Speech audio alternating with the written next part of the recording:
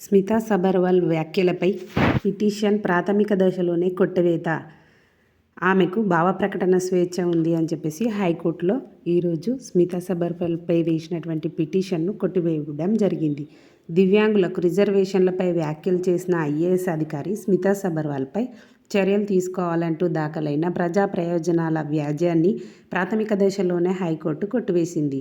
ఎందుకంటే స్మితా సబర్వాల్ వ్యాఖ్యల వల్ల ఎవరి హక్కులకు భంగం లేదని, ఎవరూ నష్టపోలేదని, వ్యక్తిగత అభిప్రాయాలు వ్యక్తం చేసే భావప్రకటన స్వేచ్ఛ హక్కు ఆమెకు ఉందని హైకోర్టు స్పష్టంగా తేల్చి చెప్పింది. ఇవేమీ ప్రభుత్వ విధానాలకు వ్యతిరేకంగా చేసిన వ్యాఖ్యలు కాదని, దీనిపై ఎలాంటి ఉత్తర్వులు ఇవ్వలేమని పేర్కొంది. దివ్యాంగులకు రిజర్వేషన కల్పనపై జూలై 21న ఎక్స్ వేదికగా వ్యాఖ్యలు చేసినటువంటి ఐఏఎస్ అధికారి స్మితా సబర్వాల్పై తగిన చర్యలు తీసుకోవాలని యూపీఎస్సీ కేంద్ర ప్రభుత్వాలకు ఆదేశాలు జారీ చేయాలంటూ హైదరాబాద్కు చెందిన కొప్పుల వసుంధర ప్రజా ప్రయోజనాల వ్యాజ్యంని దాఖలు చేశారు. ఈ పిటిషన్ నంబర్ కేటాయింపులో రిజిస్ట్రీ అభ్యంతరాలపై ప్రధాన న్యాయమూర్తి జస్టిస్ అలోక్ ఆరాధే, జస్టిస్ శ్రీనివాసరావులతో కూడిన ధర్మాసనం విచారణ చేపట్టింది. పిటిషన్ తరపు న్యాయవాది వై స్వరూప్ సాయి వాదనలు వినిపిస్తూ అఖిల భారత సర్వీసు ప్రవర్తనా నియమావళి ప్రకారం ప్రభుత్వ విధానాలకు వ్యతిరేకంగా అధికారులు ఎలాంటి వ్యాఖ్యలు చేయకూడదన్నారు.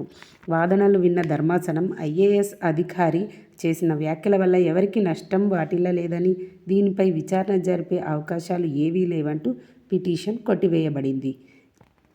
ఈ విధంగా హైకోర్టు అనేటువంటిది స్మితా సబర్వాల్ యొక్క వ్యాఖ్యలపై పిటిషన్ అనేది ప్రాథమిక దశలోనే కొట్టివేశారు. ఆమెకు భావ ప్రకటన స్వేచ్ఛ ఉంది అని చెప్పేసి హైకోర్టు ఈ విధంగా తేల్చి చెప్పారు.